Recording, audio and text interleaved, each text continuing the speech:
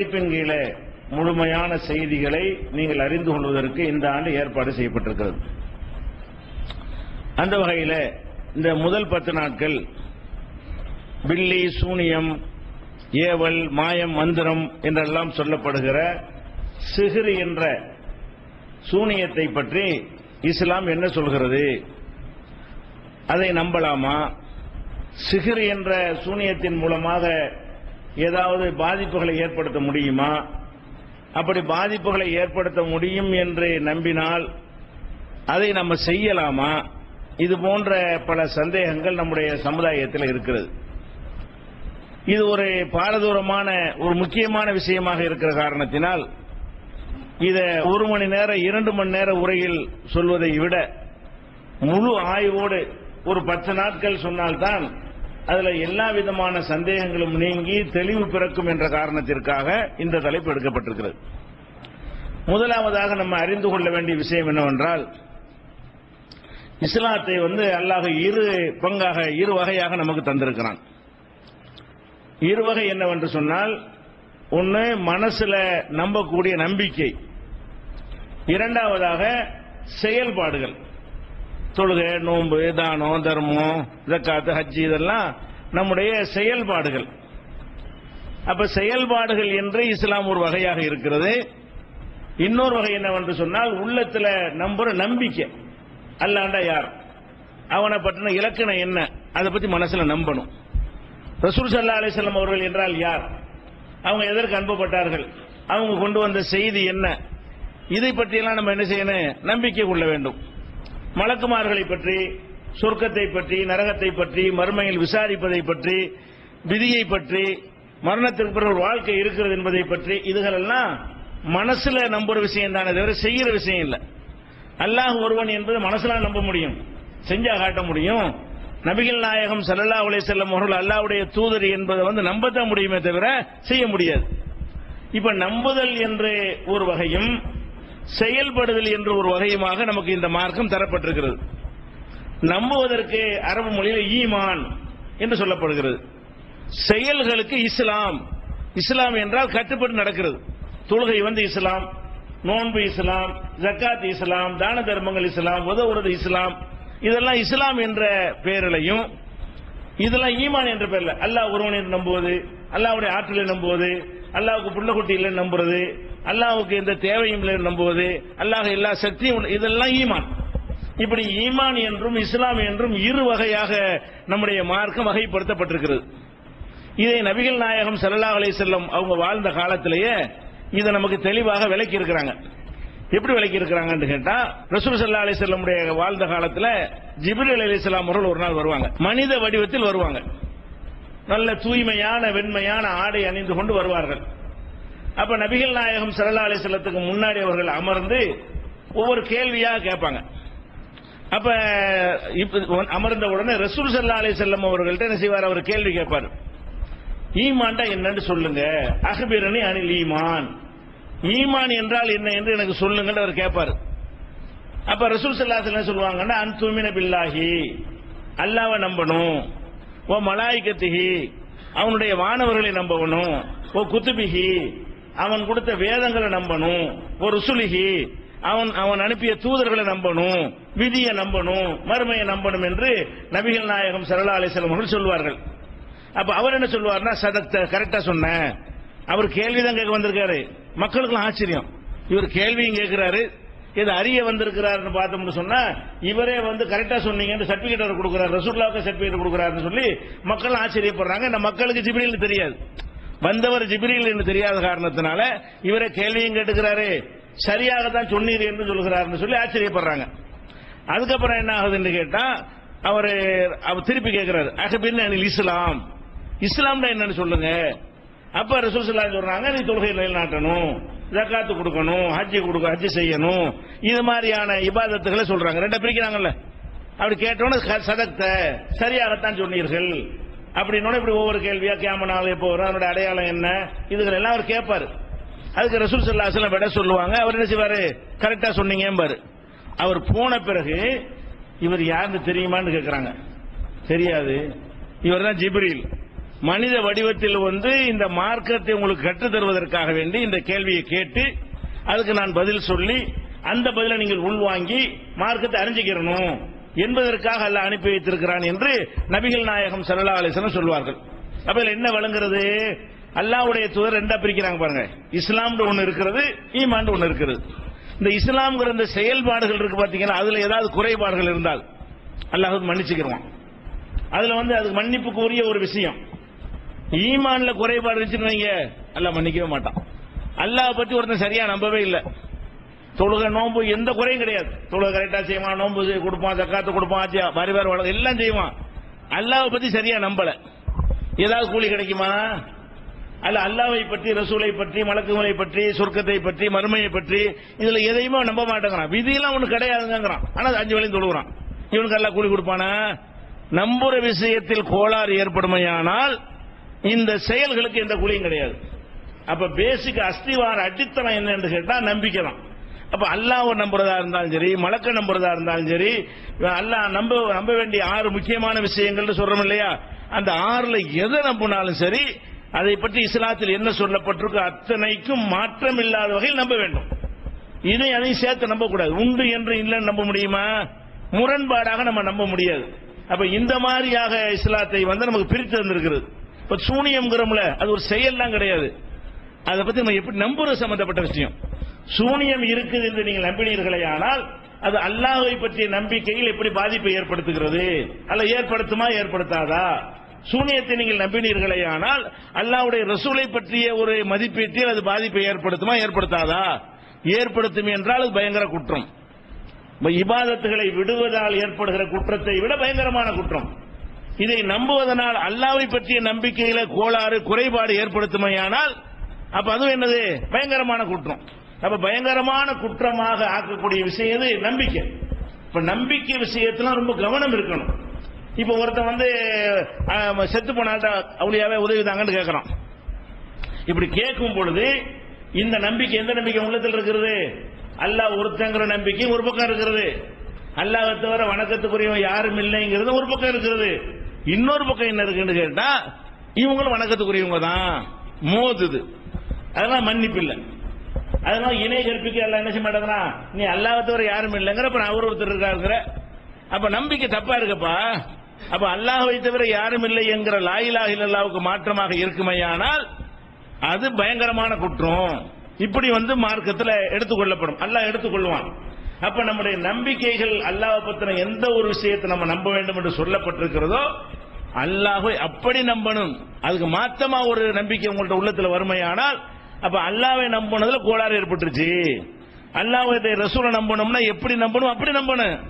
நீங்க வேற ஒண்ணு நம்புறீங்க, அப்படி நம்புவதன் மூலமாக அல்லாஹ்வுடைய ரசூலை நம்புவதில் மாற்றம் ஏற்படுமையானால் முடிஞ்சு போச்சு. நம்ம ரசூலை நம்பலன்னு ஆயிரும். அப்ப அல்லாஹ் ரசூலை, தூதுத்துவம், கிதாபு, வேதம், மலக்கு எல்லாத்தையும் நம்பணும். அவங்களை எப்படி நம்ப வேண்டும் என்ற மார்க்கத்தில் சொல்லப்பட்டிருக்கும். அப்படி அது எந்த ஒரு குறையும் ஒரு மாசும் வராத அளவில் நம்ப வேண்டும்ங்கிறதுனால இந்த சூனியம் என்கிற விஷயம் மிக முக்கியமான விஷயமா இருக்கிறது. ஏன்னா மனசுல நம்புற விஷயம். அதனால இன்னும் சொல்ல போனா அல்லாஹ்வே இந்த திருமறை குர்ஆன்ல சொல்லி காட்டுறான். அந்த ஈமான் இஸ்லாத்தை எப்படி பிரிக்கிறான்னு பாருங்க. ஒரு கிராமவாசிகள் வர்றாங்க ரசூல் ஸல்லல்லாஹு அலைஹி வஸல்லம் காலத்துல, சுற்று வட்டாரத்தில் இருந்த கிராமவாசிகள். இந்த கிராமவாசிகள்னா யாருன்னு கேட்டா, சும்மா பேரளவுக்கு இஸ்லாத்தை கடைப்பிடிப்பாங்க, தொழுவாங்க, போருக்கு வந்துக்குருவாங்க, ஏதாவது கிடைக்குமான்னு ஜக்காத்து கொடுப்பாங்க, வாங்கிட்டு போறதுக்காக வருவாங்க. உள்ளத்துல ஒண்ணுமே இருக்காது. ரசூல் ஸல்லல்லாஹு அலைஹி வஸல்லம் பத்தின எந்த விஷயமும் உங்களுக்கு தெரியாது. இவர் ஒரு பெரிய கூட்டத்தில் இருக்கிறாரு, இவர் பின்னாடி பெரிய கூட்டம் இருக்கிறது, இவர் கையில் ஒரு கவர்மெண்ட் இருக்கிறது, இந்த பக்கம் சேர்ந்து ஏதாவது கொடுப்பாரு. இதற்காக வேண்டி சில பேர் நினைச்சாங்க வந்து ரசூல் ஸல்லல்லாஹு அலைஹி வஸல்லம் சேர்த்துக்கிட்ட முனாஃபிக் இல்ல, ரெட்டு வேஷம் போடுறது இல்ல, அவங்க வந்து நடிக்கிறதெல்லாம் கிடையாது, இன்னொரு பக்கம் வேற வேஷம் எல்லாம் போடுறது இல்ல. இவங்க இதை ஏற்றுக்கொண்டது எதுக்குன்னு கேட்டா, இந்த துன்யாவில் கொஞ்சம் நல்லா இருக்கலாம், இதுக்கு கொஞ்சம் காடை சொல்லி சுத்திக்கிட்டு இருந்தோம், இவர் ஒரு கவர்மெண்ட் உண்டாக்குன பிறகு நமக்கு நல்ல கிட்டலாம் செய்யறாரு, கேட்கறலாம் முகமது நபி தர்றாரு, இப்படிங்கிற ஒரு வகையில் ஒரு அபிப்பிராயமும் ஒரு மதிப்பையும் வைத்து இந்த உம்மத்தில் சேர்ந்து கொண்டவர்கள். அப்படி இன்றைக்கும் நிறைய பேர் இருக்கிறார்கள். இஸ்லாத்துல ஏன்டா இருக்கிறான்னு கேட்டா, செத்து போனா அடக்கணும்ல, அதுக்கு ஒரு மார்க்கம் எங்களுக்கு தேவை, வேற ஒண்ணுக்கு எனக்கு இஸ்லாம் தேவையில்லை. எதனால இஸ்லாத்துல இருக்கிறான்னு கேட்டீங்கன்னா, மூத்தா போன பிறகு அடக்கணுமா இல்லையா, அதுக்கு ஒரு சமூகம் எனக்கு வேணுமா இல்லையா, அதுக்காக வேண்டிதான் இது மாதிரி கல்யாணம் பண்றதுக்கு தனிச்சிருந்தா கல்யாணம் பண்ண இயலாது, இந்த சமூகத்தில் ஒரு அங்கமா இருந்தா கல்யாணம் பண்ணி வைப்பாங்க, பொண்ணு தருவாங்க. இந்த மாதிரி நோக்கத்துக்குன்னே முஸ்லிமா பிறந்து முஸ்லிமா இருக்கான் பாருங்க, அவன்லாம் இப்படித்தான் இருக்கிறான். அவன் விளங்கி எதற்காக இந்த மார்க் நமக்கு தேவை என்று புரிந்து கொள்ளலாம் இல்ல, அதுக்கான முனாபிக்கும் கிடையாது. இந்த மாதிரியான ஒரு கூட்டம் ரசூல் ஸல்லல்லாஹு அலைஹி வஸல்லம் காலத்தில் இருந்தாங்க. இதை பற்றி அல்லாஹ் குர்ஆன்ல சொல்லி காட்டுறான். எப்படி சொல்றான்னு கேட்டா, காலத்தில் அராபு ஆமன்னா, கிராமத்தில் இருந்து சில பேர் வந்து ஆமன்னா நாங்கள் ஈமான் கொண்டோம் என்று சொல்கிறார்கள். ஆமன்னா என்ன, நம்பிக்கை கொண்டோம் என்று சொல்கிறார்கள். குல் நபியை நீங்கள் சொல்லுங்கள், லம் தூமினு, நீங்கள் நம்பிக்கை கொள்ளவே இல்லை. வேற என்ன செய்யுங்க, வலாக்கின் அஸ்லம்னா இஸ்லாத்தில் இருக்கிறோம்னு சொல்லுங்க. ஏதோ தொழுகிறோம், நோன்பு வைக்கிறோம், அதை செய்யறோம், கரெக்டா செய்யணும். ஆனா என்ன கிடையாது, நம்ப வேண்டியது கரெக்டா நம்பல. அதனால நீங்க சொல்வதா இருந்தா ரெண்டு இருந்தா தான் இஸ்லாம். இந்த சாராத்தை என்ன இருந்துச்சுன்னு கேட்டா, இஸ்லாம்ங்கிற தன்மை இருந்தது, ஈமான் இல்ல. அல்லாஹ்வை எப்படி நம்பணும் அப்படி அவனுக்கு தெரியாது. ரசூலுல்லாஹ் என்ன, அவருடைய பொறுப்பு என்ன, கடமை என்னது, அதெல்லாம் ஒன்றும் தெரியாது. இதுல சேர்ந்தா வசதியா இருக்கலாம், இதுல சேர்ந்தா நல்லா அந்த மக்களோட பழகிக்கலாம், ஒரு சமூகத்தில் ஒரு அங்கீகாரம் கிடைக்கும். இதற்காக வேண்டியவங்க வந்திருக்கிறாங்க. அதை பத்தி அல்லாஹ் என்ன செய்யறான்னு கேட்டா, உலாக்கின் கூல் அஸ்லம்னா, அஸ்லம்னா என்ற இஸ்லாத்தை ஏற்றோம் என்று சொல்லுங்கள், ஈமான் கொண்டோம் என்று சொல்லாதீர்கள், நம்புனோம் சொல்லாதீங்க, செயல்படுறோம் சொல்லுங்க. இஸ்லாத்தின் செயல்களை செய்கிறோம் என்று நீங்கள் சொல்லலாமே தவிர, இஸ்லாத்தை நம்ப வேண்டிய விதத்தில் மனசால் நம்புனோம் என்று சொல்லாதீர்கள். ஏன் சொல்லாதீர்கள்? வலம்மா எதுகுலில் ஈமான் ஃபீ குலூபிக்கும், உங்களுடைய கல்புகளில் உள்ளங்களில் ஈமான் நுழையவே இல்லை. ஈமான் உள்ளம் சம்பந்தப்பட்டது, உள்ளத்தில் உங்களுக்கு நம்பிக்கை கிடையாது. உலக ஆதாயத்துக்காக இந்த மார்க்கத்தில் இருக்கிறீர்கள். அப்ப முஸ்லீம் லிஸ்ட்ல நீங்க இருந்துக்கணுமே தவிர முஃமின் லிஸ்ட்ல இருக்க முடியாது என்று அல்லாஹ் அப்படி வகைப்படுத்தலாம் பாருங்க. ஈமான் வேற, இஸ்லாம் வேற, ரெண்டு இணைந்தாத்தான் இந்த தீனுக்குள்ள நம்ம வர முடியும், அல்லாஹ்வுடைய இயற்கையான மார்க்கத்தில் வர முடியும். இதை நம்ம பார்க்கிறோம். அதே மாதிரி வந்து இது வந்து சூரத்துல் ஹுஜராத்ல 14, 15 வசனத்தில் எல்லாம் இருக்கிறது. அதே போல வந்து இன்னொரு இடத்துல அல்லாஹ் சொல்லி காட்டுறான் பாருங்க. ஒரு மனிதன் வந்து அல்லாஹ்வை கரெக்டா நம்பிட்டான், அல்லாஹ்வுடைய நம்பிக்கையில எந்த விதமான மாசும் கிடையாது. ஒரு நெருக்கடியில வெளிப்படையா வந்து அதுக்கு மாத்தமா நடந்துட்டான். எப்படி நடக்கிறான்? ஒருத்தன் கத்தியை காட்டி என்ன செய்யறான், இயேசுதான் அல்லான்னு சொல்லு, கடவுள்னு சொல்லுங்கிறான், இல்லாட்டி கொன்னு விடுவேங்கிறான். நீங்க தனியா போயிட்டு இருக்கிறீங்க, ஒரு துப்பாக்கி கொண்டு காட்டி என்ன செய்யறான், முருகன் தான் கடவுள்னு சொல்லு, நடக்கிறத வேற அப்படிங்கிறான். உங்க மனசுல என்ன இருக்குது, அல்லாஹ் தான் கடவுள் இருக்கிறது, அதில் எந்த ஒரு குறையும் கிடையாது, உறுதியா நம்புறீங்க. ஆனா இவன் என்ன செய்யறான், உங்களை மிரட்டுறான். மிரட்டும் போது என்ன செய்யறீங்க, உயிருக்கு பயந்துகிட்டு சுட்டு போடுவானே, செத்து போயிருவோமே, இப்போதைக்கு இந்த சொல்லிட்டு அப்புறம் கரெக்டா நடந்துக்குருவோம் அப்படிங்கிற ஒரு நிலையில ஒருத்தன் எடுத்து என்ன செய்யறான்னு கேட்டா, சரிப்பா முருகன் தான் கூட என்ன செய்ய சொல்லுங்க, ஆளை விடு வந்துட்டீங்க. இது குற்றமான குற்றம் இல்ல. நீங்க வாயினால சொன்னது குஃப்ரான வார்த்தை, வாயினால சொன்னது பயங்கரமான வார்த்தை, அல்லாஹ் இல்லன்ட்டீங்க, அல்லது அல்லாஹ் இல்லாத ஒருத்தன் அல்லான்ட்டீங்க, கடவுள்ட்டீங்க, மனிதனை கற்பனை பார்த்தவங்களை தெய்வம்னு சொல்லிட்டீங்க. இது பயங்கரமான குற்றம். இது ஒரு சாதாரண நிலையில் சொல்லியிருந்தீர்களே ஆனால் கடுமையாக குற்றம் பிடிக்கப்படுவீர்கள். ஆனால் இதில் அல்லாஹ் எப்படி சொல்றான்னு கேட்டா, இல்லாமன் உக்ரிஹ வ கல்புஹு முத்மஇன்னும் பில் ஈமான், கல்புல ஈமான் அப்படி அமைதியாக உட்கார்ந்து இருக்கும் பொழுது, உறுதியாக உட்கார்ந்து இருக்கும் பொழுது, வெளிப்படையாக முன்ன பின்ன சொன்னவனுக்கு எந்த குற்றமும் கிடையாது. மனசுல கரெக்டா இருக்குது, வாயினால குபுர சொல்லிவிட்டீங்க. அப்ப அல்லாஹ் எதை கவனிக்கிறான் வழங்குதா, இதுதான் முக்கியம். ஒரு நெருக்கடிக்காக வாயினால தான் சொல்லிவிடுவோம். உயிரை காப்பாத்து, கலவர நேரங்கள்ல உயிரை காப்பாத்துறதுக்காக வேண்டி நான் முஸ்லிம் இல்லடா ராமசாமி தான் சொல்லிட்டு போயிடலாம், அதுல ஒன்றும் தப்பு கிடையாது. நம்மளை காப்பாற்றி கொள்வது தேவை, அது அல்லாஹ் குற்றம் பிடிக்க மாட்டான் என்று சொல்லி 16வது அத்தியாயத்தில் 105, 106 வசனங்கள் இது அறிந்து கொள்ள முடிகிறது. அப்ப எதுக்கெல்லாம் சொல்றோம்னு கேட்டா, ஃபர்ஸ்ட் விஷயம் வந்து நம்பிக்கை. இதுல கரெக்டா இருந்து வெளிப்படையாக ஒரு நெருக்கடியினால் தப்பு தவற சொல்லிட்டா கூட அல்லாஹ் எதை பார்க்கறான், இதை பார்க்கறான், வாயை பார்க்கல, நாக்க பார்க்கல. இவன் நாக்கு வந்து நிர்பந்தத்துக்கு சொல்லுது, ஒரு நெருக்கடிக்காக சொல்றான், தற்காப்புக்காக சொல்றான், இவன் வாழணும் உலகத்துல, இன்னும் எவ்வளவு நல்ல மாதிரிலாம் செய்யணும். ஏன்னா வெளி உலகத்தை பார்க்கிறவனுக்கு இதெல்லாம் குற்றமா தெரியும், மனசை பார்க்கிற அல்லாவுக்கு இதெல்லாம் குற்றமா தெரியாது. மனசு தான் கரெக்டா இருக்கு, அல்லாஹ் தெரியுமா, எல்லாம் ஸ்கேன் பண்ணி பார்த்துட்டு இருக்கான், உள்ளத்துல கரெக்டா இருக்கு. இவன் கடுகளவு கூட இவன் வந்து ராமர் முருகன் கடவுள் நம்பவே இல்லை, அல்லாஹ் தான் நம்பிக்கிட்டு இருக்கிறான். வாய் தான் சொல்லுது, அது நெருக்கடிக்காக சொல்லுது, ஒரு பயந்துகிட்டு சொல்லுது, தொலைஞ்சு போ அப்படின்னு சொல்லி விட்டுருவேன் சொல்லி அல்லாஹ் சொல்லுது. என்ன விளங்குகிறது, இது கரெக்டா இருக்கணும்.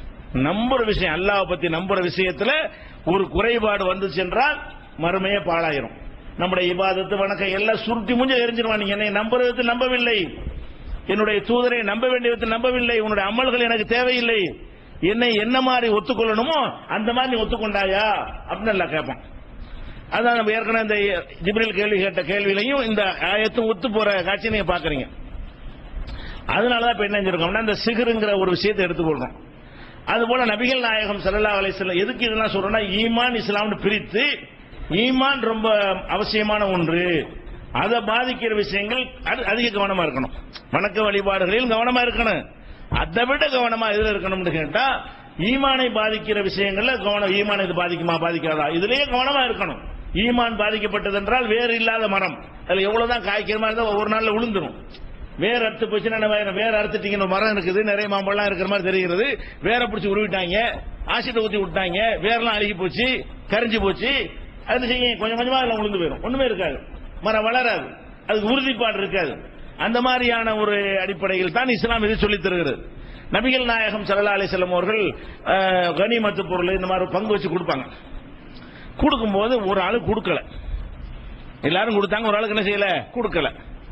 அப்ப சாது ரலியல்லாஹு அன்ஹு ரசூலுல்லாஹ்ட்ட கேக்குறாங்க, அல்லாஹ்வுடைய தூதரே அவனுக்கு கொடுத்தீங்க இவனுக்கு கொடுத்தீங்க எல்லாரும் கொடுத்தீங்கல, இந்த ஒரு ஆளை விட்டுட்டீங்கல அப்படின்னு ஒரு ஆளை மென்ஷன் பண்ணி, அந்த பேர் ஹதீஸ்ல வரல, ஒரு ஆளுடைய பேரை சொல்லி இந்த ஆளை நீங்க விட்டுட்டீங்களே அவரை மட்டும் கொடுக்கலையே, அவர் மூமின் தானே, அவரும் மூமின் தானே அப்படிங்கிறார் இவர், அவரும் உள்ளத்தில் அல்லாஹ்வை நம்பின ஆள் தானே, நீங்க அவரை கொடுக்கல. அப்ப ரசூல் ஸல்லல்லாஹு அலைஹி சொல்றாங்க, என்ன சொன்ன மூமினா அப்படிங்கிறாங்க. அவர் மூமின் தானே திரும்ப சொல்றாரு, மூமினா முஸ்லிமா கேக்குறாங்க, மூமின் தாங்கிறாரு. 3 தடவை ரசூல் ஸல்லல்லாஹு பிரிக்கிறாங்க. உள்ளத்துல ஈமான் நீ எப்படி சொல்லுவ, அது அல்லாஹ்வுக்கு தான் தெரியும். நீ சொல்றான் எதை சொல்லணும், முஸ்லிம் சொல்லு, வெளிப்படையை பார்த்து முடிவு செய்யறது. முஸ்லிம் தன்னை சொல்லிக்கிறான், முஸ்லிம் மாதிரி நடக்கிறான், முஸ்லிமுடைய கடமை எல்லாம் செய்யறான், அவன் என்ன செய்யலாம், முஸ்லிம் என்று சொல்லலாம். மூமின் என்று நீ எப்படி சொல்லுவ ஒரு மனுஷனை, பொதுவா மூமின்கள் சொல்லலாமே தவிர ஒரு ஆளை குறிப்பிட்ட மூமின் எப்படி சொல்ல முடியும்? 3 தடவை மறுக்கிறாங்க. முஸ்லிம் சொல்லு, மூமின் சொல்லாத அப்படின்னு சொல்லி எதுக்கு சொல்றாங்க?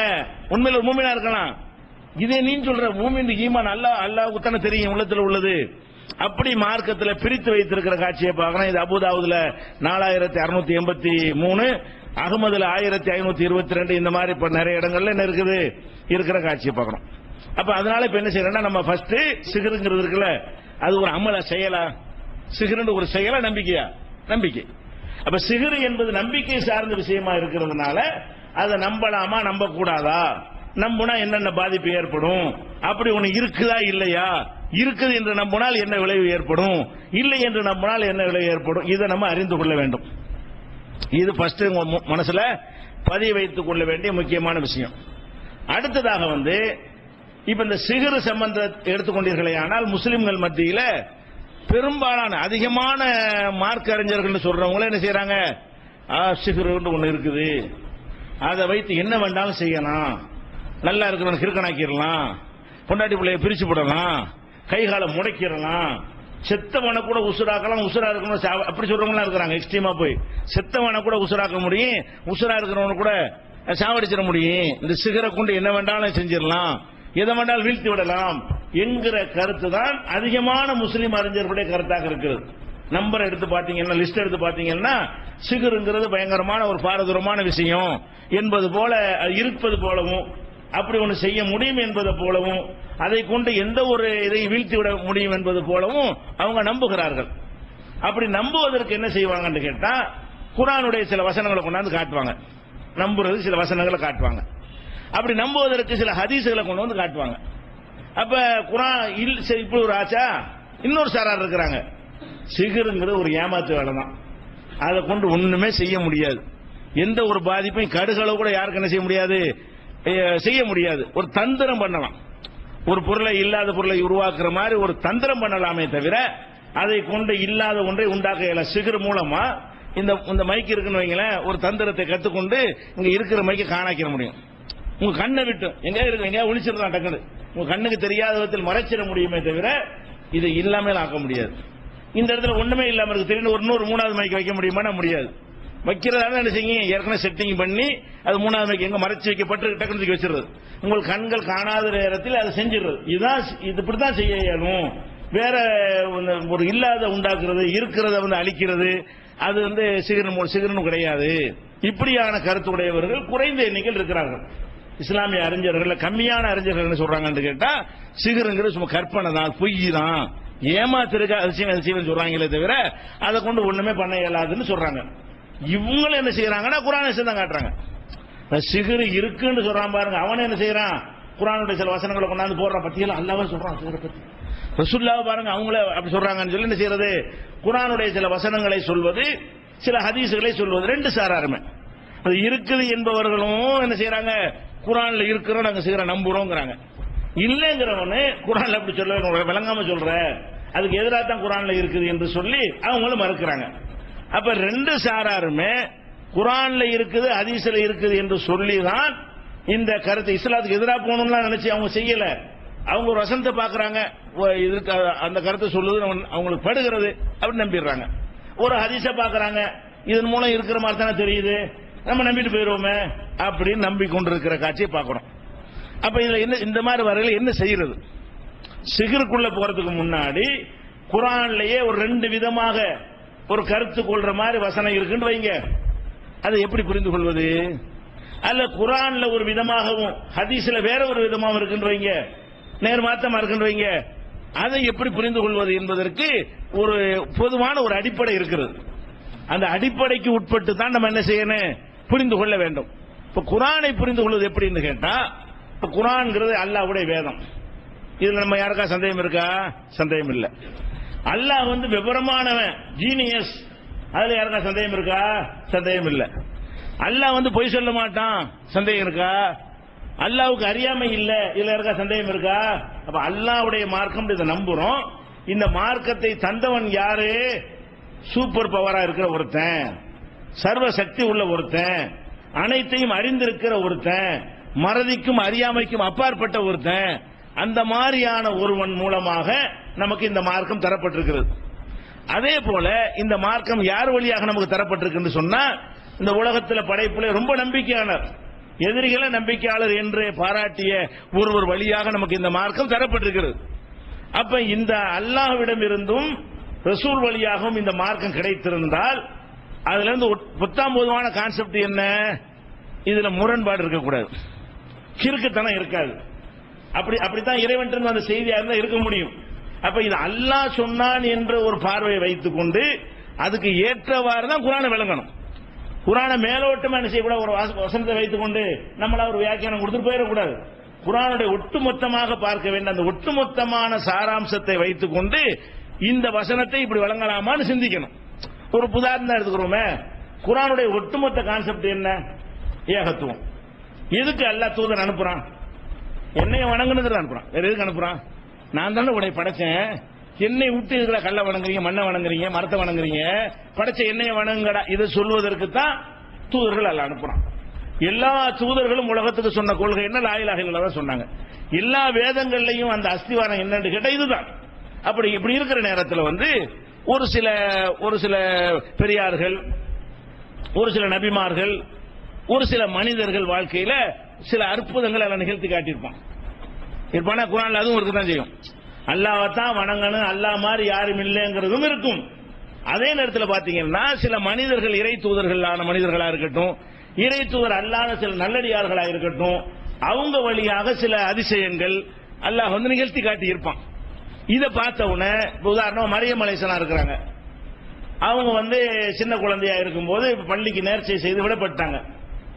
அவங்களுக்கு ஒரு அறைய பெண்கள் பள்ளியை பராமரிக்கலாம் அந்த உம்மத்தில் இருந்தது.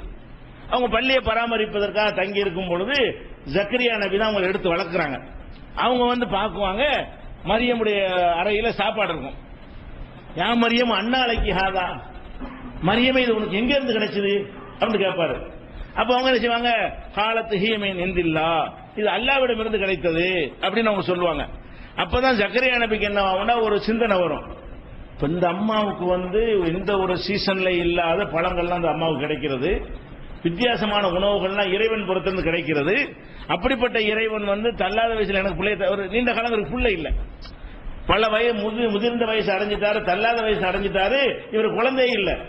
இவர் நினைச்சிட்டார் நமக்கு தான் வயசாகிச்சு, நம்ம என்ன அல்லாட்ட கேட்கறது, வயசான ஆளுக்கு எல்லாம் அப்படி பிள்ளை தருவான்னு உள் மனசுல அடி மனசுல இருந்திருக்கும் போல இருக்கு. அவர் கேட்கவே இல்லை. ஒரு கட்டத்தில் கேட்டிருப்பாரு போல இருக்கு, தளர்ந்து போன பிறகு எல்லா இடத்துல குழந்தை பாக்கியம் வேணும்னு கேட்கல. அப்ப இந்த அம்மா மரியம் சொன்ன உடனே அவருக்கு என்ன செய்யுதுன்னா, ஆஹா, மரியமுக்கு இந்த சீசன்ல இல்லாத கனிகளை எல்லாம் அவங்க அறையில் இருக்கிறது, அவங்களுக்கு கிடைக்கிறது என்று சொன்னால் எனக்கும் அல்ல தள்ளாத வயசுல குழந்தையை தரமாட்டான். ஹுனாலிக தஆ ஜக்கரியா ரப்பஹு, அப்போதுதான் ஜக்கரியா இறைவனிடத்தில் பிரார்த்தனை செய்தார். என்ன செஞ்சாரு? இறைவா, என் எலும்புகள்லாம் தளர்ந்து போய்விட்டது, முடியெல்லாம் நரைத்து விட்டது, என் மனைவி வேற பிள்ளை பேர் இல்லாமல் இருக்கிறாள், கிழவியாக இருக்கிறாள், இருந்தால் நான் நம்பிக்கை இழக்க மாட்டேன், எனக்கு ஒரு பிள்ளையை கொடுன்னு கேட்கிறார். அல்லாஹ் ஒரு பிள்ளையை கொடுக்குறான்னு வைங்க, ஏகையாங்கிற ஒரு பிள்ளையை அல்லாஹ் கொடுத்துட்டான். இப்ப இந்த சம்பவம் குர்ஆன்ல பார்த்துட்டு என்ன செய்யறது? பார்த்தீர்களா, மரியம் அலைஹிஸ்ஸலாம் அவர்களுக்கு ஒண்ணுமில்லாமல் உணவு கிடைத்தது. இது மாதிரி பெரியார்கள்ட்ட நீங்க கேட்டால் தருவார்கள் அப்படிங்கிறது. இது குர்ஆன்ல இருக்கிற விஷயம் தான் இது. இதை அவன் எப்படி புரிகிறான் பாருங்க. இது ஒரு அதிசயம். அல்லாஹ் அவங்களுக்கு செஞ்சு கொடுத்தான், மரியம் செய்யல. இதுக்கு மரியத்துக்கு எந்த சம்பந்தமும் இல்லை. அல்லாஹ் யார் மீதுக்காவது அருள் புரிய நினைத்தானே ஆனால் அவன் யாருக்காவது அதிசயமா கூட கொடுப்பான். இன்னைக்கு தட்டனா விழுந்து நொறுங்கி போச்சு, சட்னியா தான் ஆயிருக்கணும். இப்ப கொஞ்ச நேரத்துக்கு 2 பேரும் எடுத்தாங்க, நடந்து சிரிச்சிட்டு வர்றாங்க. அது ஒரு மூலம் இருந்து கொடுத்து கூட சட்னியா போனவன் கை கால் உடைஞ்ச கூட ஒரு பக்கம் இருக்கிறான். அல்லாஹ் நாடினால் ஒரு ஆம்பளையும் பொம்பளையும் எடுக்கிறாங்க. சகஜமா சாதாரண மனிதர்களை போல நடந்து வருகிறார்கள். ஒரு அதிசய செய்தியாக சொல்றான். நினைச்சா காப்பாற்றினான். அது அவனுடைய அற்புதம். அது அந்த 2 பேரும் தப்பிச்சு வந்தாங்களே, மீட்காட்டி வந்திருக்கான். அவனை காப்பாற்றணும் அல்லாஹ் ஏற்பாடு பண்ணி ஒரு செட்டிங் பண்ணுனா அதை லா இலாஹ இல்லல்லாஹ்வுக்கு மாற்றம் இல்லாம தானே விளங்கணும். இவன் என்ன செய்யறான் பார்த்தீர்களா? மரியம் அலைஹிஸ்ஸலாம் பாருங்க, பெண் அவுலியா, அதான் ஆத்தங்கர் அம்மாட்ட நாங்க போறோம். அப்ப இதுவும் குர்ஆன் ஆதாரம் தான். இவன் சொல்வது குர்ஆனுடைய ஆதாரம் தானே. குர்ஆன் ஆதாரத்தை எப்படி சொல்லணும்? ஒட்டுமொத்த குர்ஆனுடைய கான்செப்ட் என்னடா? அல்லாஹ்வை தவிர யாரையும் வணங்க கூடாதுங்கிறது கான்செப்ட். அதுக்கு மாற்றம் இல்லாமல் இதெல்லாம் புரிஞ்சுக்க. இந்த சம்பவத்தை மறுக்கல, குர்ஆன்ல இருக்கிறது. மரியம் அலைஹிஸ்ஸலாத்துக்கு அல்லாஹ் அதிசயமா கொடுத்தான் என்று அப்படி விட்டுட்டு போயிருந்தமே தவிர, அதனால நானும் மரியத்தை வணங்குவேன், நான் போய் அவங்கள்ட்ட கும்பிடுவேன், நான் மேரிய 3வது கடவுள் ஆக்குவேன் என்று அவர்கள் போனது போல போக முடியுமா? அப்ப குர்ஆன்ல இருக்குது என்பதை இப்படி புரிந்து கொள்ளக்கூடாது. குர்ஆன் ஒட்டுமொத்தமா ஒரு என்ன செய்தியை சொல்கிறது, என்ன கொள்கையை வைக்கிறது, அதுக்கு ஏற்ற வகையில் தான் எந்த சம்பவத்தையும் வணங்கணும். குர்ஆன்ல எந்த மாதிரி சம்பவங்கள் சொல்லப்பட்டாலும் சரி, அது லா இலாஹ இல்லல்லாஹ் என்பதற்கு உட்பட்டு தான் அதுக்கு விளக்கம் கொடுக்கணுமே தவிர, லா இலாஹ இல்லல்லாஹ்வுக்கு எதிரான விளக்கத்தை கொடுத்தால் அது குர்ஆனை விளங்குறது ஆகுமா? அது ஆகாது. அப்ப ஒட்டுமொத்தமா குர்ஆனுக்கு ஒரு கருத்தை இஸ்லாம் சொல்லுகிறது. அதே மாதிரி இப்ப உதாரணமா எடுத்துக்கொள்ளுங்களேன். இப்ப குர்ஆன்ல ஒழுக்கத்தை பத்தி ரொம்ப இஸ்லாம் பேசுகிறது. ஆணுடைய ஒழுக்கம், பெண்ணுடைய ஒழுக்கம், பார்வையை தாழ்த்தி கொள்ள வேண்டும், ஆடைகள் சம்பந்தமா இஸ்லாம் பேசுகிற அளவுக்கு யாருமே பேசல. இது இஸ்லாத்தினுடைய ஒழுக்கமான ஒரு செய்தின்னு வைங்களேன். இதுக்கு மாத்தமா உங்களுக்கு ஒரு செய்தி சொல்லப்படுது. எப்படி வருது? ரசூல் ஸல்லல்லாஹு அலைஹி வஸல்லம் அவர்கள் ஒரு அந்நிய, ஒரு சொந்தமோ பந்தமோ இல்லாம, மகரம் இல்லாம, மனைவி இல்லாம, அக்கா தங்கச்சி இல்லாம ஒரு அந்நிய பெண்ணோட போய் தனியா உட்கார்ந்து பேசிட்டு இருந்தாங்க. அங்க போய் படுத்து தூங்கிட்டு வருவாங்க அப்படின்னு சொல்றாங்கன்னு வைங்க. இப்ப நீங்க என்ன பண்ணணும்? அப்படி தலையாட்ட கூடாது. ஒட்டுமொத்த இஸ்லாமிய கான்செப்ட் என்ன, குர்ஆனுடைய கான்செப்ட் என்ன, இதெல்லாம் ஒழிக்கதானே அந்த மார்க்கம் வந்துச்சு. இப்படி எல்லாம் இஷ்டத்துக்கு எதுவும் பண்ணிடக்கூடாது என்ற தடை செய்வதற்கு தானே இந்த மார்க்கம் வந்திருக்கிறது. அப்படியான ஒரு மார்க்கத்தில் அல்லாஹ்வுடைய இப்படி செஞ்சிருப்பாங்களா என்பதற்கு ஏற்பத என்ன செய்யணும்? அது விளக்கம் கொடுக்க முடியுமா? அல்லது தாயா இருப்பாங்களா, தங்கச்சியா இருப்பாங்களா, மகரமா உறவு இருப்பா? ஒண்ணும் இல்லையா, அது பொய். இது அணுகிற முறை. ஒட்டுமொத்த குர்ஆனுடைய கான்செப்டை வைத்துக் கொண்டு அதுக்கு எதிரான ஒரு விஷயங்களை என்ன செய்யக்கூடாது, விளங்கிக் கொள்ளக்கூடாது. இது குர்ஆனை அணுகக்கூடிய ஒரு விதம். அதே போல ஹதீஸ் இருக்குன்னு வைங்க. ஹதீஸுகள் குர்ஆன் இல்லாம ஹதீஸ்னு மார்க்கத்தினுடைய ஆதாரம் தான். தொழுங்கள்னு மட்டும்தான் அல்லாஹ் சொல்லுவான். எப்படி தொழுவணுங்கிறது ஹதீஸ்லாம் இருக்கும். தக்பீர்ல இருந்து சலாம் வரைக்கும் குர்ஆன்ல இருக்கா? தொழுகை நிலைநாட்டுங்கள் இருக்கும். ஜகாத்து கொடுங்கன்னு தான் குர்ஆன்ல இருக்கும்.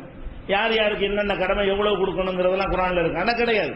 அதெல்லாம் நபிகள் நாயகம் ஸல்லல்லாஹு அலைஹி வஸல்லம் விளக்கி இருக்கிறாங்க. இது ஹதீஸுமோ அது குர்ஆனுமோ. ரசூல் ஸல்லல்லாஹு அலைஹி வஸல்லம் எதை விளக்கி இருக்கிறாங்களோ குர்ஆன்ல இல்லாம அந்த விளக்கங்கள் ஹதீஸ் என்று சொல்லுவோம்.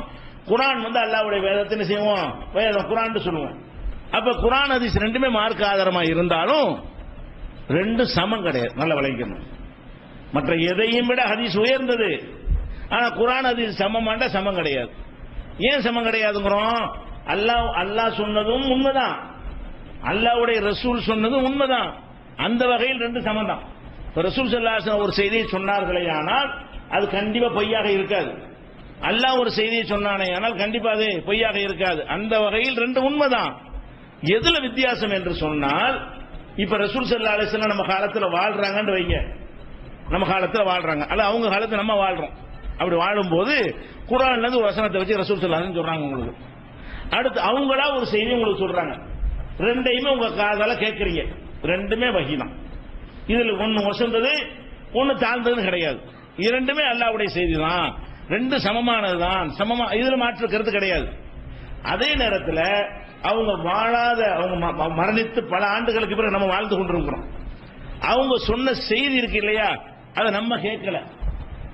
ஒருத்தர் வழியா ஒருத்தர், ஒருத்தர் வழியா ஒருத்தர், ஒருத்தர் வழியா ஒருத்தர் என்று செவி வழியாக வந்து பிறகு புத்தகமாக எழுதப்பட்டு அந்த புத்தகத்தை சிலர் படித்து அப்படி என்ன செய்யுது, நமக்கு அந்த செய்திகள் கிடைக்கிறது.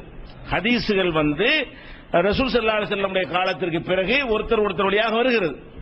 இப்படி வரக்கூடிய நேரத்தில் இந்த ரெண்டும் நமக்கு சேர்ந்து இருக்குதுல, அதுல பெரிய டிஃபரண்ட் இருக்குது. இப்ப குர்ஆன் நமக்கு சேர்ந்து இருக்குல்ல, இது குர்ஆன் என்று சொன்ன அறிவிப்பாளர் யாரு? இந்த குர்ஆன் ஒரு வேதம்னு சொன்னாங்க இல்லையா, இந்த வேதத்தை ரசூல் ஸல்லல்லாஹு அலைஹி வஸல்லம் காலத்துல ஒரே ஒரு ஆள் இதுதான் குர்ஆன் என்று சொன்னாரா, ஒட்டுமொத்த மக்களும் சொன்னார்களா? ஒட்டுமொத்த மக்களும் சொன்னார்கள். கவர்மெண்டே சொன்னுச்சு. ரசூல் ஸல்லல்லாஹு அலைஹி வஸல்லத்துக்கு பிறகு அமைந்த ஒரு அரசாங்கம், அபூபக்கர் சித்திக் தலைமையில் அமைந்த ஒரு அரசாங்கம் ரசூலுல்லாஹ்வுடைய அந்த குர்ஆனுடைய பிரதிகள் எல்லாம் தொகுத்து இதுதான் ரசூல் ஸல்லல்லாஹு அலைஹி வஸல்லம் நமக்கு தந்தது, இதுதான் அல்லாஹ்விடமிருந்து வந்தது என்று ஒட்டுமொத்த உம்மத்தும் முடிவு செய்து இதுதான் வேதம் என்று சொன்னார்கள். அனைவரும் இதை அறிவிக்கிறாங்க. இதனுடைய அறிவிப்பாளர் யார்? குர்ஆனுடைய அறிவிப்பாளர் எல்லா சஹாபாக்களும். இது குர்ஆன் என்று அறிவித்தவர் யாருன்னா அபூபக்கர் அறிவித்தார், உமர் அறிவித்தார், உஸ்மான் அறிவித்தார், நமக்கு பெயர் தெரியாத ஆயிரக்கணக்கான சஹாபாக்கள் அறிவித்தார்கள், இதுதான் குர்ஆன் என்று அறிவித்தார்கள். அடுத்து இவங்க இறந்து போயிட்டாங்க, அடுத்த தலைமுறை வருது. இவங்க அடுத்த தலைமுறைக்கு அறிவிச்சாங்கல்ல, அதுல பாதி பேர் வேற குர்ஆனையும் இன்னொரு பாதி பேர் வேற குர்ஆனையும் அறிவிச்சாங்க. அடுத்த தலைமுறை இதுதான் குர்ஆன் சொன்னுச்சு. இப்ப நம்ம சமுதாயத்தில் எத்தனை 72 கூட்டம் பிரிஞ்சு கிடக்கிறோம். நமக்கு முந்தி இருந்தாங்கல்ல, அவங்க நம்ம குர்ஆனை தந்தாங்க. 72 கூட்டம் ஆனதுனால 72 குர்ஆன் வந்துச்சா? வரவே இல்லை. அவன் சாபியா இருந்தாலும் அவன் இதுதான் குர்ஆனுங்கிறான், ஹனபி இருந்தாலும் அவன் இதுதான் குர்ஆனுங்கிறான், மாலிக்கிங்கிற அவன் இதுதான் குர்ஆனுங்கிறான், தப்லீக் ஜமாத்துக்காரர் இதுதான் குர்ஆனுங்கிறான், ஜமாத் இஸ்லாமியர் அவனுக்கு இதுதான் குர்ஆன். அப்ப இந்த குர்ஆன் இதுதான் குர்ஆன் என்று சொல்லி இதைத்தான் ரசூல் ஸல்லல்லாஹு அலைஹி வஸல்லம் குர்ஆன் என்று சொன்னார்கள் என்பதை சஹாபாக்கள் அத்தனை பேரும் சொல்லி, அதை அடுத்த தலைமுறையில் உள்ள அத்தனை பேரும் சொல்லி, அதை கேட்ட அடுத்த தலைமுறை அப்படியே சொல்லி, இப்படியே 14 நூற்றாண்டுகளாக சமுதாயமாக அறிவிக்கப்பட்டு இது சேர்ந்திருக்கிறது.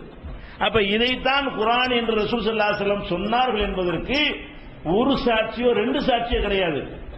ஒட்டுமொத்த சமுதாயம் இதுக்கு என்ன செய்கிறது? சாட்சி சொல்கிறது. இது குர்ஆன். இப்ப ஹதீஸ் இருக்குல்ல, அப்ப ரசூல் ஸல்லல்லாஹு அலைஹி வஸல்லம் மூத்தா பண்ண பிறகு ரசூலுல்லாஹ்வுடைய ஹதீஸ் எல்லாம் திரட்டி வைத்துக் கொண்டு அனைவருமா சேர்ந்து இதுதான் ஹதீஸ் அறிவிச்சாங்களா? இல்ல.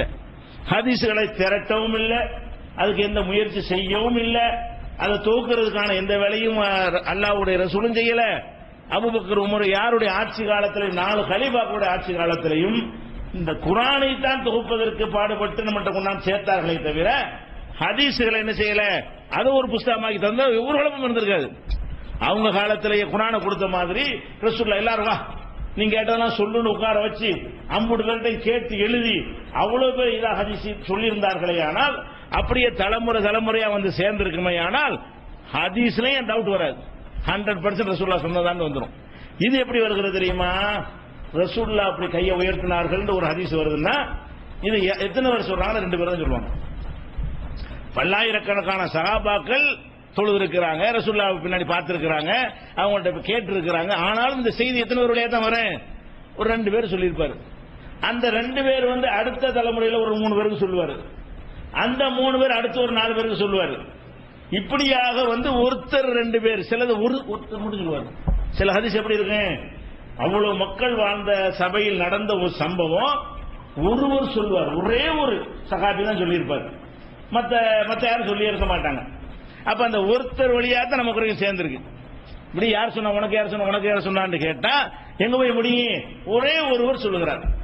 அப்ப ஒட்டுமொத்த சமுதாயம் சொல்லுகிற ஒரு செய்தியும் ஒருவர் சொல்லுகிற செய்தியும் அது கரெக்டா இருக்குமா? அல்லாஹ்வுடைய ரசூல் சொல்ல கரெக்டா இருக்கும். இவர் ரசூலுல்லாஹ் சொன்னாங்கன்னு முன்ன சொல்லி இருந்தாருன்னா, ஒரு ஆள் சொல்றாரு அனைவரும் சொன்னார்களே, ஆனால் அதை கரெக்டா சேர்ந்துரும்.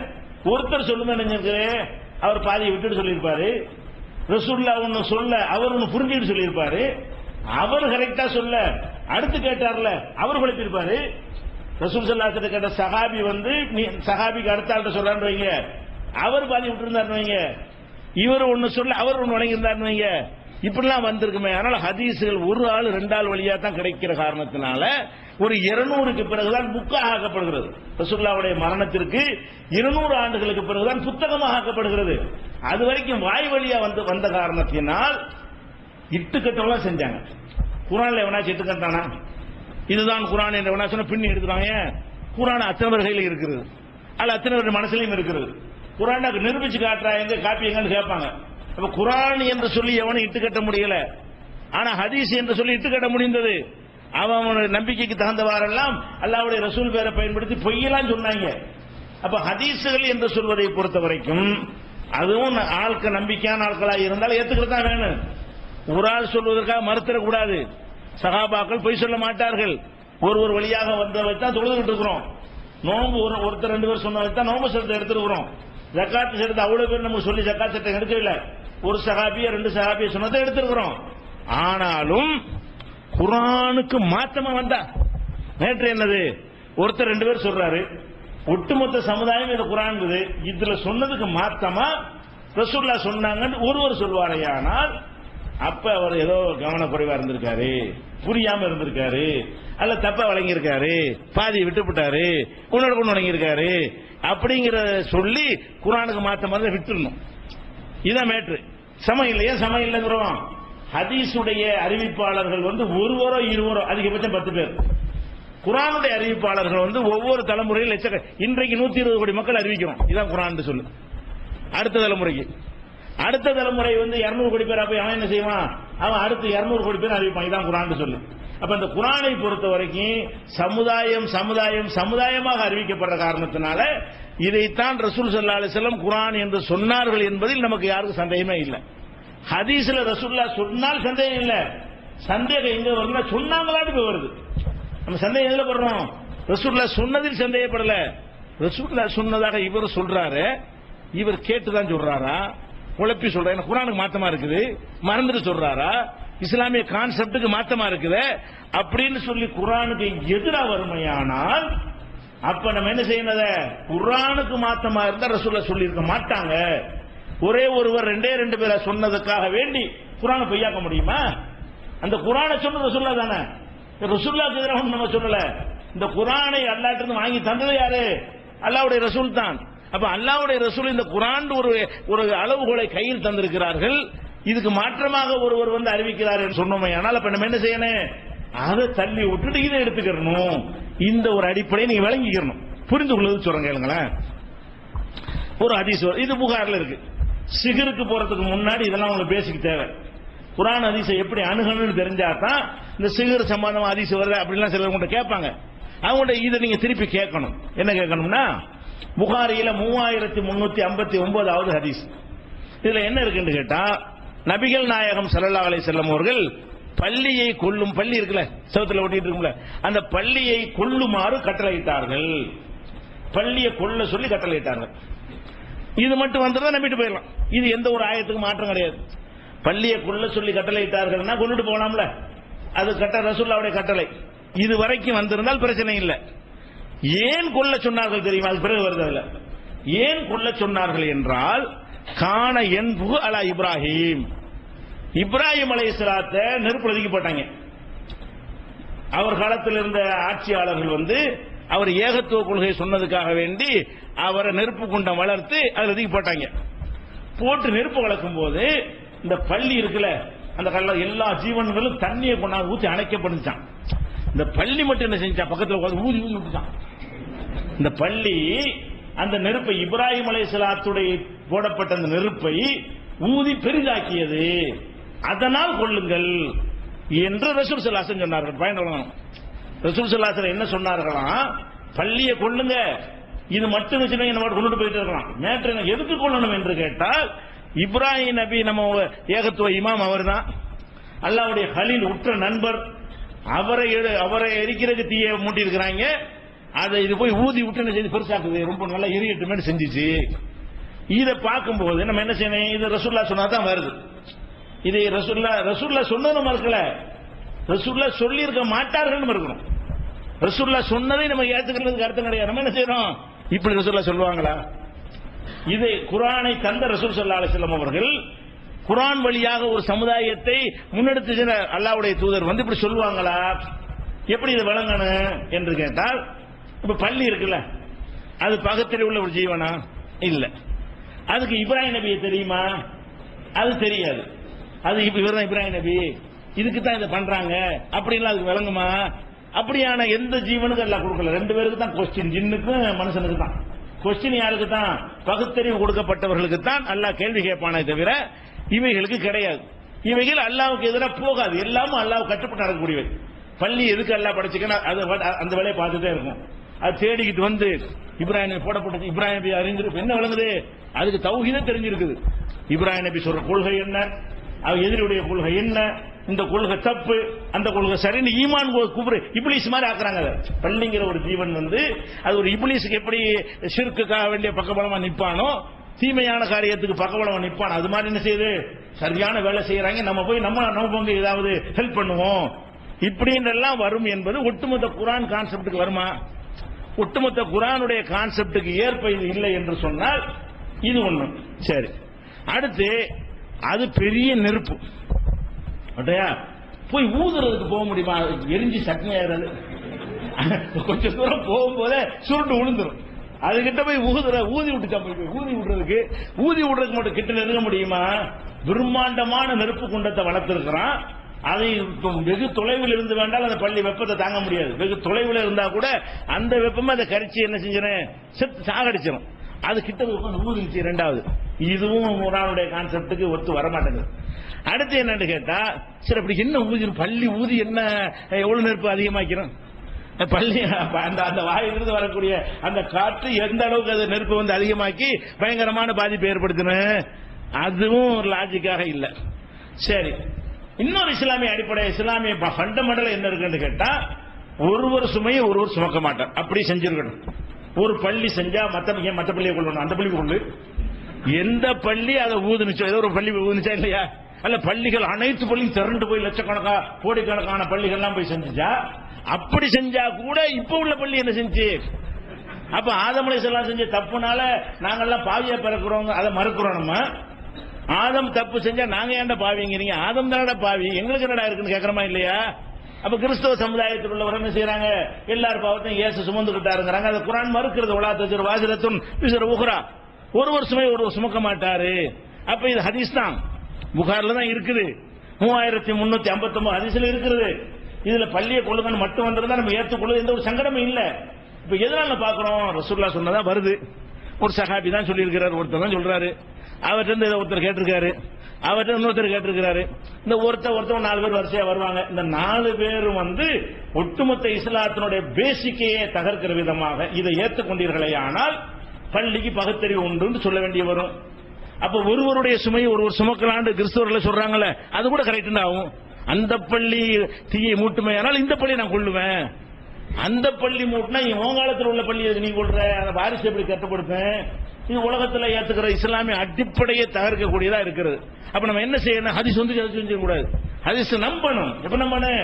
குர்ஆனோட எந்த ஒரு மோதலும் இல்லாத வகையில் இஸ்லாமிய ஒட்டுமொத்த கான்செப்ட் இருக்குல்ல, அந்த இஸ்லாமிய குர்ஆனுடைய கான்செப்ட் அதுக்கு எதிராக இல்லாத வகையில் இருக்குமே ஆனால் ஒருத்தர் சொன்னாலும் ஏத்துக்கிட்டா வேணும். அப்ப வந்து இப்படி வரும்போது புகார்ல வந்து இருக்கிறது, அதனால பள்ளியை கொள்ளுங்க மட்டும் சொல்லி தொலைஞ்சிட்டு போய் இது என்ன மேட்ரு? இதை ஏற்றுக்கொண்டீர்களே ஆனால் இதெல்லாம் ஏத்துக்கணுமா இல்லையா? ஒரு செய்தி ஏத்த முழுசா ஏத்துக்கணும். இது போய் அப்படி செய்யும்னா பள்ளிக்கு அந்த மாதிரி ஜீவன்களுக்கு அல்லாஹ் கொடுத்திருக்கிறானா, பகுத்தறிவு கொடுத்திருக்கிறானா? இப்படிலாம் அல்லாஹ்வுக்கு எதிராக வேலை செய்யுமா? எந்த ஜீவனாவது செய்யுமா? அப்படி செய்யாது. இதான் சிந்திக்கிற முறை, குர்ஆன் அணுகிற முறை, ஹதீஸ் அணுகிற முறை என்றால் இப்படி நம்ம என்ன செய்யணும்? சிந்திக்கணும். இன்னொன்னு பாருங்களேன், இதுவும் புகார்ல தான் இருக்கு. எதுக்கு இதெல்லாம் சொல்றேன்னு கேட்டா, சிகர் சம்பந்தமா சில ஹதீஸ் வருதுங்க. அது உன்னோட புகார்ல அப்படிங்கிறாங்க. புகார்ல வருதுப்பா, எத்தனை வசனத்துக்கு எதிராக வருதுன்னு நீ பாத்தியா? குர்ஆன்ல புகாரிங்க ஒரு ஆள் தானே, ஒரு மனிதர் தானே, அவர் இடம் போட்டு பாக்குறாரு. பெருமளவுக்கு அவர் முடிஞ்ச அளவுக்கு ஆராய்ச்சி பண்றாரு, திறமையான ஆள் தான். அறிவிப்பாளர்கள் இடம் போட்டு நம்பிக்கையால இவர் நம்பிக்கை எல்லாம் சொல்லி போடுறாரு. ஆனாலும் ஒரு தப்பு வராத மனுஷனுக்கு அல்லாவா? மனிதன் தப்பு தானே போவாங்க. மனிதனை எவ்வளவு பெரிய மேதாவியா இருந்தாலும் அவர் தவறாக நல்லவனை கெட்டவன் நினைச்சிருப்பாரு, கெட்டவன் நல்லவன் நினைச்சிருப்பாரு. அப்படி ஏதோ நம்மளை அறியாம ஒரு மிஸ்டேக் ஏற்பட்டு குர்ஆனுக்கு மாத்த விட்டுட்டு போயிட வேண்டியதானே. இது தவறான செய்தி புகார்ல இருந்தாலும் ஏதோ ஒரு தப்பா விளங்கி கொண்டு யாரோ உலக இருக்கிறாங்க. இது ரசூலுல்லாஹ் சொல்லல, அல்லாஹ்வுடைய தூதர் சொன்னதையும் மறுக்க கூடாது. அல்லாஹ்வுடைய தூதர் இதை சொல்லலன்னு மறுக்கணும். எப்படி மறுக்கணும்? ஹதீஸை மறுக்கல, இது ஹதீஸ் இல்லைன்னு மறுக்கணும். நம்ம ஹதீஸை மறுக்கவே கூட. ஹதீஸ் ரசூலுல்லாஹ் சொன்னது, நாம எதை மறுக்கிறோம்? ரசூலுல்லாஹ் சொல்லாத ஒன்று அவங்க சொல்லி என்று தப்பா சொல்லப்படுது.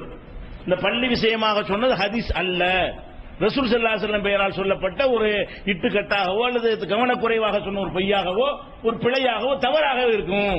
இப்படின்னு முடிவு எடுக்கணும்னு விளங்கிக்கணும். அதே மாதிரி நம்ம எல்லாருக்கும் தெரியும் அவ்வளவு ஹதீஸ்கள் இருக்குது. மேராஜுக்கு ரசூல் ஸல்லல்லாஹு அலைஹி வஸல்லம் போனாங்க. மேராஜுக்கு போய் தொழுகை எல்லாம் கடமையெல்லாம் வாங்கிட்டு வந்தா நமக்கு தெரியும். இதெல்லாம் ஏராளமான ஹதீஸ்கள் குர்ஆன் உள்பட எதுல என்ன சொல்லப்படுதுன்னு கேட்டா, நபியாக ஆகி 15 மாசத்துக்கு பிறகு எல்லாம் நடக்குது. ஒரு ஹதீஸ் வருது, ரசூல் ஸல்லல்லாஹு அலைஹி வஸல்லத்துக்கு வஹீலாம் வர்றதுக்கு முன்னாடி, வஹீன்னா நபி அவருக்கு முன்னாடி மேராஜுக்கு அழைத்து சென்றார்கள் வருது. புகார்ல ஹதீஸ் எப்படி வருது? ரசூல் ஸல்லல்லாஹு அலைஹி வஸல்லம் கபல அன் யுஹா இலைஹி. பல ஹதீஸ்கள் புகார்ல கரெக்டா வருது. மேராஜ் சம்பவம் எப்படி நடந்துச்சு இன்னும் சொல்ல போனா அல்லாஹ் குர்ஆன்ல சொல்லி காட்டுறான், சுப்ஹானல்லதி அஸ்ரா பி அப்திஹி லைலம் மினல் மஸ்ஜிதில் ஹராமி இலல் மஸ்ஜிதில் அக்ஸா. மஸ்ஜிதுல் ஹராமில் இருந்து மஸ்ஜிதுல் அக்ஸா வரைக்கும் நான் அவரை அழைத்து சென்றேன் அல்லாஹ் சொல்லி காட்டுறான். அப்ப அது குர்ஆன்ல சொல்லப்படுற, குர்ஆனுக்கு அப்புறம் தான் இதெல்லாம் நடக்கிறது. குர்ஆன் அருளப்பட்டதுக்கு அப்புறம் தான் மேராஜ் நடக்கிறது. இக்ராலாம் ரசூலுல்லாஹ் ஆன பிறகு தூதரைத்தான் அல்லாஹ் கூட்டிட்டு போறான். தூதரை அவரை கூட்டிட்டு போகல. அப்ப தொழுகை கடமையாக தேவையும் இல்லை. தூதரை அவளை இன்னும் பேசிக்கே இன்னும் வரலையே. இதுல ஹதீஸ்ல எப்படி வருதுன்னா, அனஸ் ரலியல்லாஹு அன்ஹு சொல்றாங்க, ரசூல் ஸல்லல்லாஹு அலைஹி வஸல்லம் அவர்கள் கஅபத்துல்லாஹ்வுடைய மஸ்ஜித் இருக்கு இல்லையா, அந்த பள்ளிவாசல்ல இருந்து மூணு மலக்குகள் அவங்கள இதெல்லாம் வஹிய அவங்களுக்கு அருளப்படுவதற்கு முன்னாடி சென்று சும்மா உரிஜ பிஹில சமா வானுலகத்துக்கு அழைத்து சென்றார்கள். மேராஜுடைய சம்பவத்தில் வருகிறது. இதே மாதிரியான ஹதீஸ் புகார்ல வேற இடங்கள்ல எல்லாம் இப்படி வரல. எப்படி வருது? கரெக்டா வருது. நபியான பிறகுதான் கூட்டிட்டு போக முடியும். வஹியே வரல, அவங்களுக்கு அல்லாஹ்வும் தெரியாது, ஜிப்ரீலும் தெரியாது. அவங்க ஹிரா குகையில் இருக்கும்போது சொல்லும் போது கூட எனக்கு தெரியாதுன்னு தான் சொன்னாங்க. அப்ப அல்லாஹ் இக்ரான்னு சொல்லும் போது கூட நான் நபி ஆயிட்டேன்னு நம்பல, மனைவிட்ட போய் நான் பயந்துட்டேன்னு தான் சொல்றாங்க. பிறகு உறுதியான பிறகு என்ன செய்யுது, இறை தூதர் ஆயிட்டோம் அவங்களும் நம்புறாங்க. அதுக்கு பிறகுதான் அல்லாஹ் என்ன செய்யறான், இறை தூதர் அந்த அந்தஸ்தை கொடுத்து விட்டு அவங்களுக்கு முக்கியமான தொழுகையை கடமையாக்குவதற்காகவும் இன்னும் பல அல்லாஹ்வுடைய அந்த ஆட்சியுடைய அந்த வல்லமையை காட்டுவதற்காகவும் அல்லாஹ் அழைத்து செல்றான். இது வஹிய அருளப்படுவதற்கு முன்னாடி நடந்துச்சு என்று சொன்ன நம்ம ஏத்துக்க முடியுதா?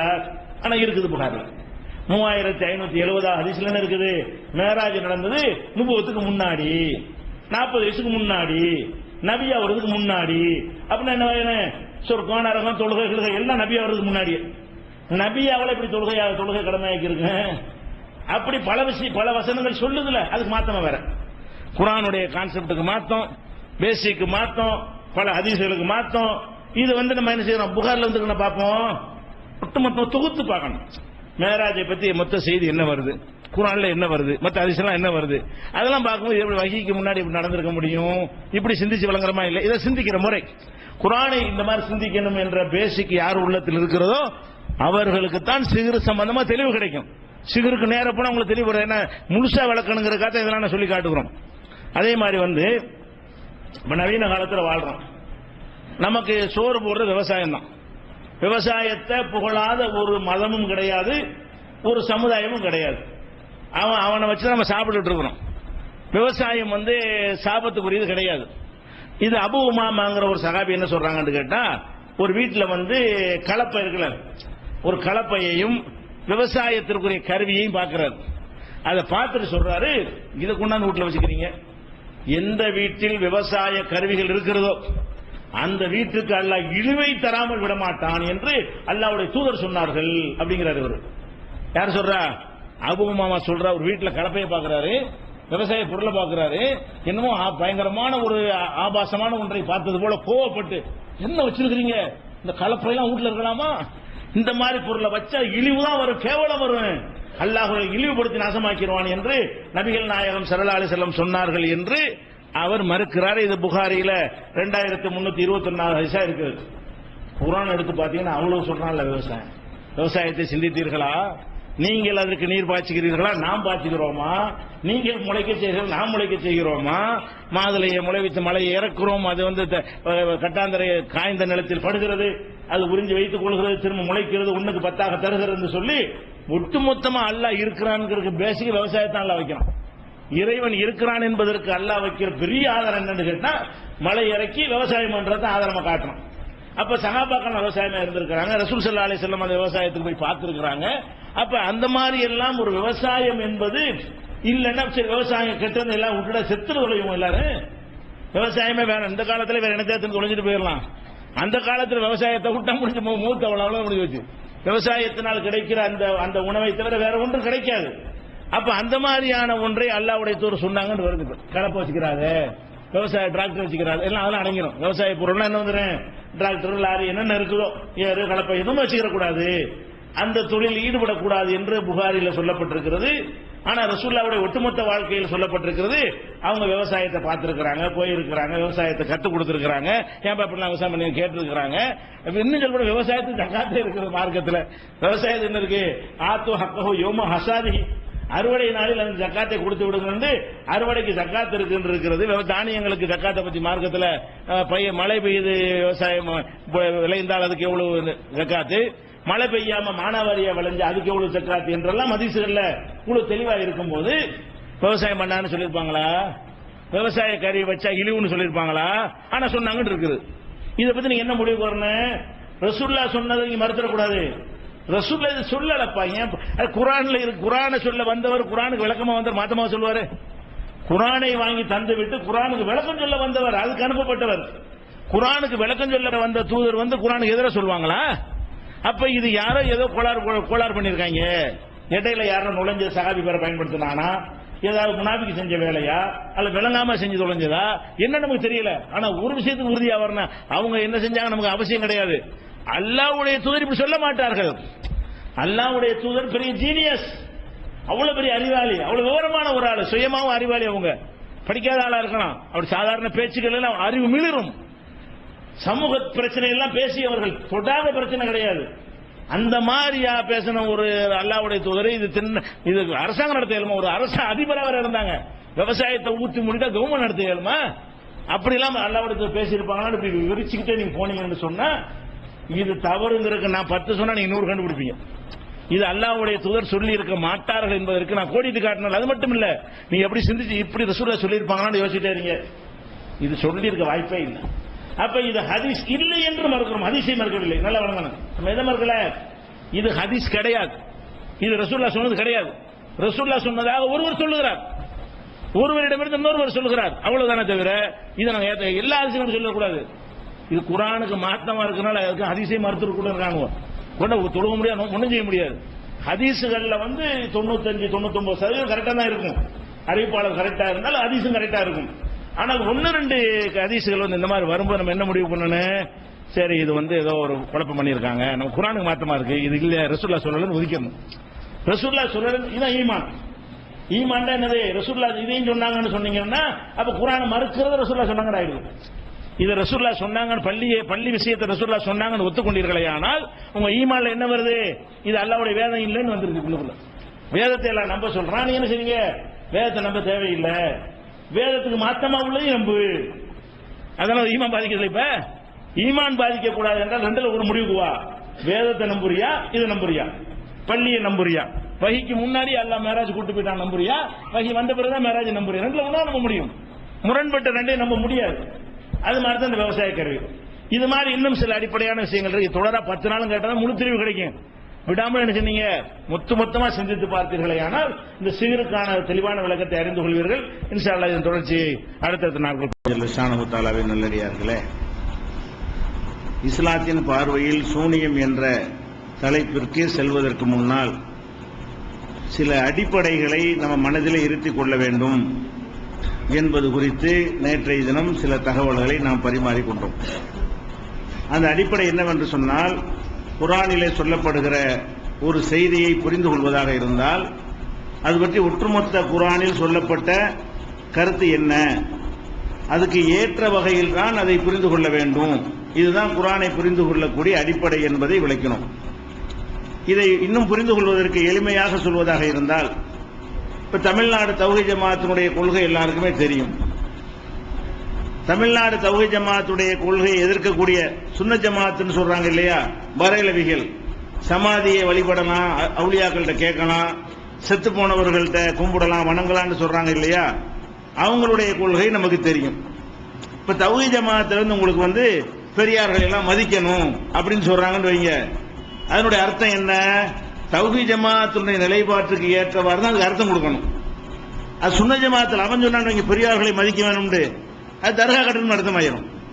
நம்ம தௌஹீத் பெரியார்களை மதிக்க வேண்டும் என்று சொன்னால் அவங்களை திட்டாதீங்க, ஏசாதீங்க, அதோடு நிறுத்திக்கிட்டமே தவிர அவங்கள்ட்ட பிரார்த்தனை பண்ணலாம், அவங்கள வணங்கலாம், அவங்கள்ட்ட கோரிக்கை வைக்கலாம், தர்கா கட்டலாம், சந்தன கூடை எடுக்கலாம்னு எடுத்துக்கிற மாட்டாங்க. ஏன் இதை சொல்வது? தௌஹீத் ஜமாத். தௌஹீத் ஜமாத் அதனுடைய கொள்கையே பல இடங்கள்ல தெளிவுபடுத்தி இருக்கிறது. அதுக்கு ஏற்றவாறு தான் இந்த வார்த்தையை சொல்லி இருப்பாங்க. பெரியார்களை மதிக்க வேண்டும் என்று சொன்னார்களே, ஆனால் தௌஹீத் ஜமாத்துக்கு ஒரு கொள்கை இருக்கு இல்லையா, ஒட்டுமொத்தமா 25 வருஷ பிரச்சாரத்தை நீங்க பாக்குறீங்க, அதற்கு ஏற்றவாறு தான் அதுக்கு சொல்லி இருப்பாங்களே தவிர பெரியார்களை மதிக்கணுங்கிறத தர்கா கட்டுங்கிற அர்த்தம் சொல்ல மாட்டாங்க.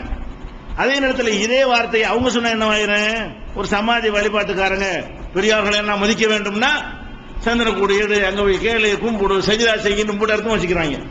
அப்ப யார் சொல்றாங்கிறத விளங்குவதற்கு அவருடைய ஒட்டுமொத்தமான பிரச்சாரம் என்ன, அவருடைய போதனை என்ன, அவருடைய அறிவுரைகள் என்ன, எதை சொல்வதற்காக வேண்டி அவர் அந்த அமைப்பை உண்டாக்கி இருக்கிறாரு, இப்படி எல்லாம் பார்த்து ஒரு அமைப்புடைய கருத்தை நீங்க விளங்கிக் கொள்கிறீர்கள். அதே மாதிரி சஹாபாக்களை மதிக்கணும்னு நம்மளும் சொல்லுவோம், மற்ற சஹாபாக்களை பின்பற்றணுங்கிறாங்களே அவங்களும் சொல்லுவாங்க. அதுக்கு அர்த்தம் வேற, நம்ம அர்த்தம் வேற. சஹாபாக்களை மதிக்க வேண்டும் என்று தௌஹீத் வட்டாரத்தில் சொல்லப்படுமையானால் அவர்கள் செய்த தியாகம், இந்த சமுதாயத்திற்கு சத்தியத்தை கொண்டு வந்து சேர்த்தது, கஷ்டமான காலத்தில் இந்த இஸ்லாத்தை தூய நோக்கத்தை ஏற்றுக்கொண்டது, இதுகளை எல்லாம் நம்ம என்ன செய்யணும்? மதிக்கணும். இதுக்காக வேண்டி அல்லாஹ்விடத்துல பிரார்த்தனை செய்யணும் அவங்களுக்கு அப்படின்னு எடுத்துக்கிறோம். இதையே வேற மதுஹப்வாதிகள் மற்றவர்கள் சொல்வார்கள். என்ன அர்த்தத்தில் சொல்றாங்க? சஹாபாக்களை மதிக்கணும்னா அவங்க என்ன சொன்னாலும் கேட்கணும், அல்லாஹ் சொல்றதை கேட்கிற மாதிரி, ரசூல் சொல்றதை கேட்கிற மாதிரி சஹாபாக்கள் சொல்றதையும் கேட்கணும்பாங்க. அப்ப ஒரு சொல்லு ஒண்ணுதான், யாரு சொல்றாங்கிறதை வைத்து என்ன செய்வோம்? அதை புரிந்து கொள்கிறோம். சஹாபாக்களை மதிக்கணும் என்று தௌஹீத் ஜமாஅத் சொல்வதனுடைய அர்த்தம் வேற, அவர்கள் சொல்ற அர்த்தம் வேற. பெரியார்களை மதிக்க வேண்டும் என்று நம்ம சொல்ற அர்த்தம் வேற, அவங்க சொல்ற அர்த்தம் வேற. இமாம்களை மதிக்க வேண்டும் நம்ம தான் சொல்றோம், அவங்க தான் சொல்றாங்க. இமாம்களை மதிக்க வேண்டும் என்று சொல்ற நம்ம சொல்ற அர்த்தம் வேற, அவங்க சொல்ற அர்த்தம் வேற. இமாம்களை பின்பற்றுகிறார்களே அவங்க சொல்ற அர்த்தம் வேற. இந்த வேற எப்படி கண்டுபிடிக்கிறோம்? தௌஹீத் ஜமாஅத் சொல்லும்போது இந்த ஜமாஅத் இதைத்தான் சொல்லிக் கொண்டு இருக்கிறது, இத்தனை வருடங்களாக இதைத்தான் பிரச்சாரம் செய்து கொண்டிருக்கிறது, மதுஹப் வேண்டாம் என்று சொல்கிறது, வஹியை தவிர எதையும் பின்பற்றக்கூடாது என்று சொல்கிறது, சஹாபாக்களுக்கோ இமாம்களுக்கோ வஹி வராது, அவங்க சொல்ல கேட்க வேண்டிய அவசியம் இல்லை, அதே நேரத்தில் அவங்க நல்லவங்க, அவங்க தியாகம் செஞ்சவங்க மதிக்கணும், இப்படின்னு ஒரு நேர்மையான ஒரு அர்த்தத்தை இந்த ஜமாஅத்து சொல்லும் பொழுது இந்த ஜமாஅத்துடைய வாக்கியத்திற்கு விளக்கமாக எடுத்துக் கொள்கிறோம். அப்ப இந்த சிகரை இந்த மாதிரி விஷயங்களை அல்லாஹ் ரசூல் சொல்வார்களே, ஆனால் இதை பற்றி ஒட்டுமொத்தமாக குர்ஆன் என்ன சொல்கிறது என்று பார்த்து அந்த கொள்கைக்கு ஏற்பதான் அதை விளங்கிக் கொள்ளணும். சிகர வழங்குவதா இருந்தாலும் சரி, ஜியாரத் வழங்குவதா இருந்தாலும் சரி, எதை வழங்குவதா இருந்தாலும் சரி, ஒட்டுமொத்தமான குர்ஆனுடைய போதனை என்ன, ஒட்டுமொத்தமான நபி ஸல்லல்லாஹு அலைஹி வஸல்லமுடைய வழிகாட்டுதல் என்ன, இதை பார்த்து இதுக்கு ஏற்றவாறு தான் இந்த மாதிரியான சம்பவங்களை எல்லாம் விளங்கிக் கொள்ளணும். அந்த அடிப்படையில் உங்களுக்கு சில செய்திகள்லாம் சொல்லி காட்டணும். அதுல புகார்ல வந்திருக்கு, முஸ்லிம்ல வந்திருக்கு, அதை மறுக்கிறீங்களா, ஹதீஸை மறுக்கிறீங்களா என்றெல்லாம் கேட்பார்கள். ஹதீஸ் வந்திருந்தால் குர்ஆனுக்கு மாற்றமாக, ஒட்டுமொத்த குர்ஆனுடைய கருத்துக்கு மாற்றமாக இருக்குமே, ஆனால் எப்படி ஏற்றுக்கொள்ள முடியும்? இதை ஏற்றுக்கொண்டீர்கள் எல்லாம் குர்ஆனை மறுக்கிற மாதிரி வருமே.